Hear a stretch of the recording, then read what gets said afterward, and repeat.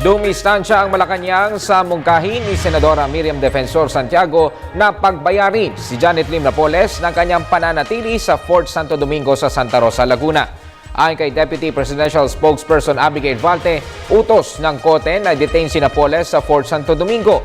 Dagdag pa nito, ipinaubayan nila ang desisyon sa Makati Regional Trial Court na siyang may jurisdiksyon sa kaso ni Napoles. These proposals should be unless in the subsequent day Senator Miriam Santiago will propose via legislation an adoption of the pay for stay system similar to the one that is existing in the United States. But ma'am, don't you So think the attendant expenses that come with giving security to a high-risk detainee? And as we've said in the past, government cannot be remiss in the duties that are expected of us.